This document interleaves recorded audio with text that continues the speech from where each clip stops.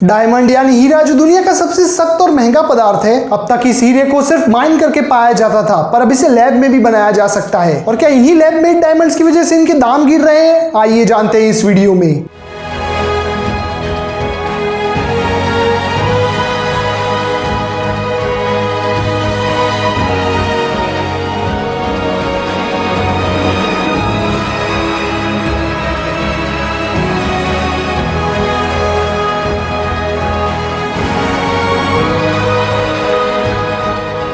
Diamond यानी हीरा carbon तत्व का एक ठोस रूप होता है। शुद्ध कार्बन के कई स्वरूप होते हैं, जैसे ग्रेफाइट, फुलेरिन और नैनोट्यूब्स। और कार्बन जब 4 दूसरे कार्बन के साथ मिलकर टेट्राहेड्रल आकार बनाता है, तब हीरे का निर्माण होता है। इनमें लैटिस स्ट्रक्चर के बदलाव और दूसरे खनिज के मिलने से हीरे के रंग भी अलग अलग होते हैं।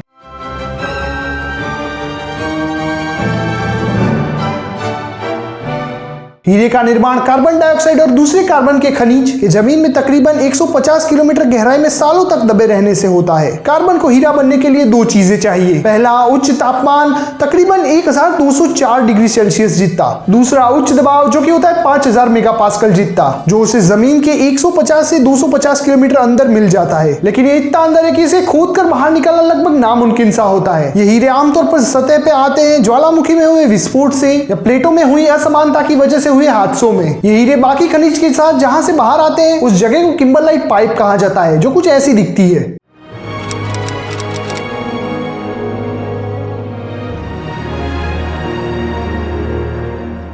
ये हीरे एक बार सतह से नजदीक किम्बरलाइट पाइप में आ जाए तो इन्हें खोद कर निकालना भी काफी मुश्किल होता है। ये बिल्कुल किसी पुराने ज्वालामुखी में होल करने जैसा है। कई सालों तक हीरे सिर्फ इंडिया, भारत में ही पाए जाते थे, पर 19वीं सदी से ये हीरे अफ्रीका में भी पाए जाने लगे। ये माइनिंग 3 तरह की होती है, ओपन पिट माइनिंग, मरीन माइनिंग और एल्यूवियल माइनिंग। पर ये माइनिंग के काम को छोड़ लोगों को सिंथेटिक डायमंड की ओर इसलिए जाना पड़ा क्योंकि माइनिंग के बहुत सारे नुकसान हैं। माइनिंग की सबसे बड़ी प्रॉब्लम थी माइन में काम कर रहे मजदूरों की हेल्थ की। हीरे की कीमत ज्यादा होने से बहुत सारी क्रिमिनल एक्टिविटी में भी इसका उपयोग किया जाने लगा था। डायमंड माइनिंग से एयर पॉल्यूशन और वाटर पॉल्यूशन भी काफी बढ़ता है। इसी वजह से पिछले कुछ सालों में सबसे बड़ी माइन को बंद किया गया।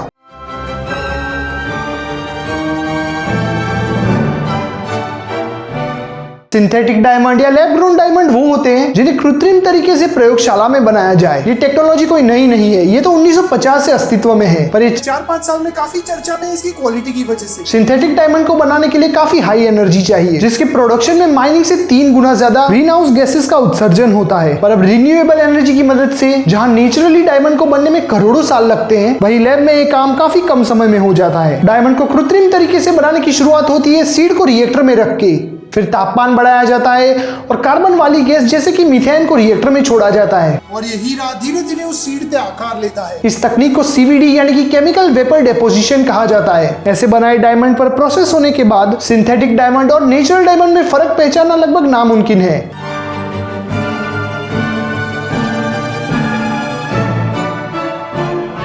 डायमंड का उपयोग सिर्फ ज्वेलरी में ही नहीं होता, बल्कि इसका उपयोग होता है अलग अलग उद्योग में। हीरे से लगभग हर तरह के उद्योग में उपयोग होने वाले कटिंग टूल्स और ड्रिल बिट्स बनाए जाते हैं। हीरे में कोई फ्री इलेक्ट्रॉन नहीं होता, जिसे वो इलेक्ट्रिकली कंडक्टिव नहीं है, और उसकी थर्मल कंडक्टिविटी ज्यादा होने की वजह से वो इलेक्ट्रॉनिक्स में एक हीट सिंक की तरह काम में आता है। एक नई रिसर्च के मुताबिक डायमंड का उपयोग सोलर पैनल में किया जाएगा, उसकी 400 डिग्री सेल्सियस में होने वाली थर्मोनिक एमिशन प्रक्रिया की वजह से, जिससे ज्यादा इलेक्ट्रॉन फ्लो हो सके। एक और रिसर्च हो रही है नैनो डायमंड्स पर, की विड्थ DNA से 2 गुना होती है, जो कि मेडिसिन में काफी बदलाव ला सकता है। तो ये थी हीरे के बारे में कुछ जानकारी जो मैं आपको देना चाहता था। मुझे यहाँ तक सुनने के लिए धन्यवाद। मिलते हैं अगली ऐसी किसी लंबी वीडियो में, तब तक के लिए गुड बाय, टेक केयर।